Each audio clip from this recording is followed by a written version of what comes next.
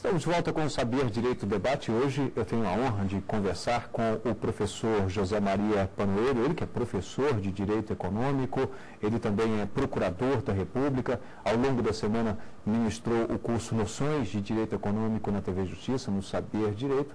E hoje nós estamos aqui num bate-papo. Finalzinho do bloco anterior nós falávamos justamente, eu me recordo agora que o senhor disse sobre talvez uma posição de alguém que comentou que seria benéfico, o pedófilo, ter ali no computador algo nesse sentido.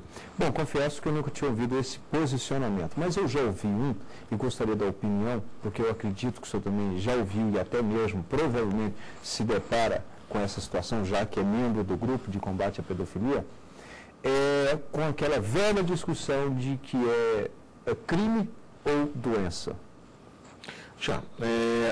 O grande problema de você considerar doença ali é que, em termos de direito penal, para que você pudesse valorar isso e dizer que não há crime, você teria que estar diante de uma doença que privasse o sujeito totalmente da capacidade de entendimento. O que eu quero dizer com isso? Para o direito penal, só vai ser considerado doente em termos de afastar ali a culpabilidade do sujeito e ele não ser punido, aquele sujeito que não tem capacidade alguma de compreender. Só que o próprio crime torna-se incompatível. Por quê? Porque o crime pede que o sujeito saiba baixar arquivos da internet, saiba acessar determinados sites, que não são sites que ficam disponíveis o tempo inteiro. São sites que são criados esporadicamente, funcionam 2, 3 dias e desaparecem. Então, ele tem que ter um tipo de conhecimento que torne incompatível a alegação de inimputabilidade. Alegar, não, eu sou doente, eu tenho essa tara, eu não consigo. É difícil que o sujeito consiga chegar em juízo e alegar, olha, eu sou tão tarado, mas tão tarado que eu não consigo me controlar e eu faço isso. Porque, na verdade, isso aí é negar a própria racionalidade do ser humano. Então, em que pese, eu sempre digo isso para os meus alunos, em direito você pode sustentar tudo. Tudo em tese é plausível. Tudo em tese é viável de ser sustentado, dentro de certos limites. É óbvio que eu posso, eu, enquanto juiz, posso pensar o seguinte, esse sujeito não merece essa pena porque ele já está passando a vergonha de ser considerado pedófilo. Então, eu acho que isso já é uma punição. Então, eu deixo de aplicar a pena. O juiz pode fazer esse raciocínio? Pode. Tem bases para isso? Tem bases para isso. Autores como Roxen na Alemanha, o Luiz Flávio Gomes no Brasil, citam posições nas quais você pode construir algo como desnecessidade da pena. Possível. Agora, particularmente, eu não vejo dessa maneira. Acho que a pena, muitas das vezes, pode parecer exagerada, injusta, pode surgir um discurso em torno de um punitivismo exagerado, mas eu acho que a pena é necessária, acho que a alegação de doença não se sustenta, assim como eu canso de lidar com casos em que o sujeito sonega contribuições previdenciárias ou se apropria de contribuições previdenciárias, ou seja, aquele cara que desconta a contribuição do empregado e não repassa, e com isso frustra o sistema de previdência. E ele chega e alega que está em dificuldade financeira, e aí você indaga ao sujeito, mas há quanto tempo o senhor está em dificuldade financeira? Há mais de 10 anos, há mais de 15 anos. Isso não é dificuldade financeira. Isso é fazer da sonegação a forma de funcionar a empresa. É o que nós estávamos justamente discutindo em termos de direito econômico. Ora, o Estado cobra tributos porque ele é um Estado social. Ele precisa cobrar tributos para poder dar uma contraprestação para cada um de nós. Quando as pessoas não querem cumprir isso e o fazem mediante determinados expedientes, esses expedientes têm que ser sancionados. E nós não podemos ficar sensíveis ao argumento de que estaria em dificuldade financeira, porque esse é um argumento vazio. Se não tiver devidamente demonstrado, não pode ser acolhido. Então, me parece que assim como a doença, essa alegação pura e simples de dificuldade financeira, não socorre aquele que assim alega. Bom, eu ainda tenho aqui uma dúvida, e pode ser a dúvida de muitas pessoas, ainda com relação a esse grupo que o senhor atua, então, e aí como o senhor está na prática, ninguém melhor, mas muitas vezes se pergunta, esse tipo de crime, ele tem aumentado ou em função da comunicação, ou seja, a pedofilia em si, não necessariamente a internet, porque há tempos, né, a internet é de 95 para cá e tal, mas o próprio abuso, por exemplo, esse tipo de crime, ele tem aumentado ou ele tem sido mais divulgado ou, de fato, inclusive o poder público, por meio das polícias, tem atuado mais? Eu acredito que esse crime de pedofilia, na verdade, ele traz em si a ideia do abuso contra a criança. E a ideia do abuso contra um ser que é inocente choca qualquer ser humano. Então, diante dessa circunstância, isso ganha sempre uma certa visibilidade. Isso tem visibilidade, isso choca, isso é um comportamento que as pessoas em geral não aceitam. Mexe com costume, mexe com famílias, mexe com religiosidade. Então, o que acontece? Eu acho que esse comportamento tem uma visibilidade maior hoje. Não vou dizer para você que há, assim, um volume maior de abusos de crianças. Eu acho que esses abusos hoje são expostos. Nós vivemos uma era que alguns dizem que seria uma era do espetáculo. As pessoas querem o espetáculo, querem as imagens, as pessoas se expõem. Então, dentro desse contexto, a exposição de coisas que são ao mesmo tempo bizarras e que são aberrantes e que são abuso, passa a entrar nesse contexto. A grande questão é que, se naquilo que nos parece um tanto quanto ofensivo, mas que não tem nada de abuso em relação a um adolescente ou um doente mental, o que quer que seja, se isso não interessa, fica apenas como uma questão imoral, aqui não. Aqui nos interessa por conta da questão criminal que há por trás disso.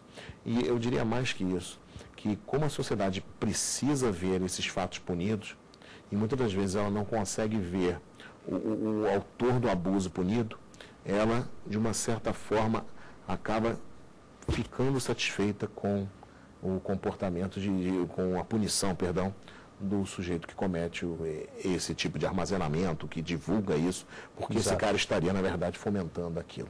Uhum. Bem, eu talvez tenha exagerado na brincadeira com relação ao seu professor já foi um jogador de futebol, mas talvez nesse caso agora não estaria exagerando. O senhor quase foi piloto de avião? Quase. Eu brinco sempre com os meus amigos que perguntam isso, que quando garoto, normalmente o garoto pensa em ser jogador de futebol, piloto de avião, piloto de Fórmula 1, aquelas coisas de garoto, né?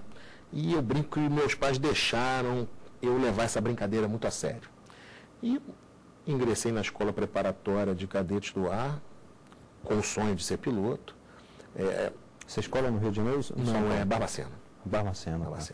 Fui depois para a Academia da Força Aérea, comecei a voar. E eu diria que o que a Academia da Força Aérea me deu de mais relevante, além da formação moral que você tem para um cadete da aeronáutica, daqueles valores todos que são inseridos na sua educação, na sua doutrina, foi justamente me levar ao conhecimento do direito. Porque lá eu tive contato com o direito. E embora tenha conseguido voar, fazer o meu voo solo, tenho até hoje guardado na minha sala todo o brevet, o salto de paraquedas, tudo que eu fiz, porque eu acho que a gente carrega a experiência de vida, eu acho que é algo que a gente não deve nunca apagar, porque a gente vê o passado e aprende a lidar com as situações no futuro. Porém, eu não me sentia feliz voando. Embora eu gostasse do reconhecimento que as pessoas tinham, e pelo fato de ser cadete, aviador da Academia da Força Aérea, eu de fato não me sentia feliz. Seria aquele sonho que se transformou de repente numa realidade, mas que você descobriu que não era aquilo ali. Exatamente. E aí o difícil muitas das vezes é você conseguir recomeçar. O difícil é você parar diante do sonho que não foi o que você esperava e conseguir dar um outro rumo para a sua vida. E o que acontece? Quando eu comecei a voar, eu sabia que tanto podia conseguir voar, como podia não conseguir, porque há um limite de horas. E quem não consegue naquele limite de horas é desligado. Então você, como jovem, você investe a sua vida inteira, mas 6 anos da sua vida, 5 anos da sua vida, e de repente você vê esse sonho ser simplesmente cortado, com alguém chegando, colocando a mão no seu ombro e falando: meu filho, você não dá para isso. E isso era uma coisa que eu não estaria preparado para vivenciar. Não chegou a acontecer. Não, porque o que aconteceu?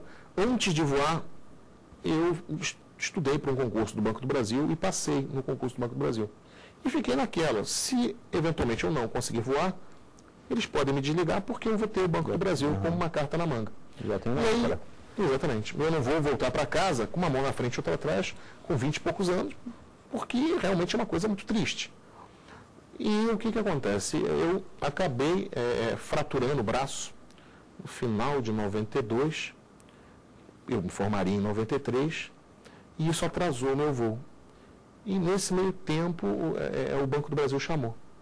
E aí eu achei que estava na hora de tomar uma decisão na minha vida. Eu sabia que meus pais não queriam aquilo, eles esperavam um filho oficial da aeronáutica, queriam muito aquilo, mas existe um momento em que você tem que decidir a sua vida. E aí eu acabei saindo, pedi o meu desligamento, fui para o Banco do Brasil e fui fazer faculdade de Direito para seguir um caminho.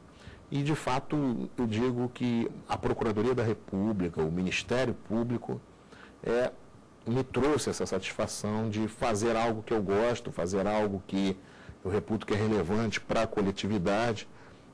Não consigo tudo que eu esperava conseguir, mas o pouco que eu consigo, realmente é algo que me dá muito orgulho e que me faz sentir sendo útil para a nossa sociedade. Bom, vamos falar aqui então desse início. Esse interesse seu pelo direito, então, nasceu justamente naquele seu sonho de voar. Exatamente.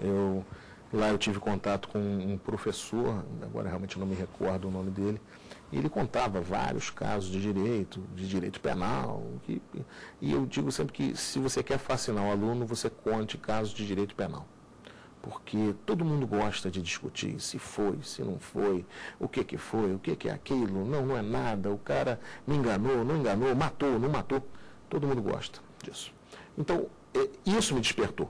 Mas, assim, o despertar mesmo para querer ser um operador do direito só foi surgir mesmo quando eu fui ser servidor do Ministério Público Federal. Que aí eu comecei a ter contato com aquele ambiente de o que faz o Ministério Público, o que é o Ministério Público, o porquê do Ministério Público, qual o papel. Então, eu passei a ter, assim, uma visão de, poxa, eu gostaria de fazer isso. Eu realmente estou no caminho certo. Tenho que terminar a faculdade e tentar ser ser Ministério Público. Foi ali que deu mais certeza. Né? Exatamente. Porque de início era uma coisa que eu achava interessante, mas você há de convir que é um jovem que perde o seu sonho. É um jovem que acreditou num determinado sonho por um determinado tempo e que de repente você para e fala o seguinte, e agora? O que eu vou fazer na medida em que eu decidi sair porque eu vi que o meu sonho não era o meu sonho? O que eu faço agora? Então você fica um tanto quanto perdido. Você não foi para um que talvez também não seria. Exatamente. O Banco do Brasil não foi o que eu esperava.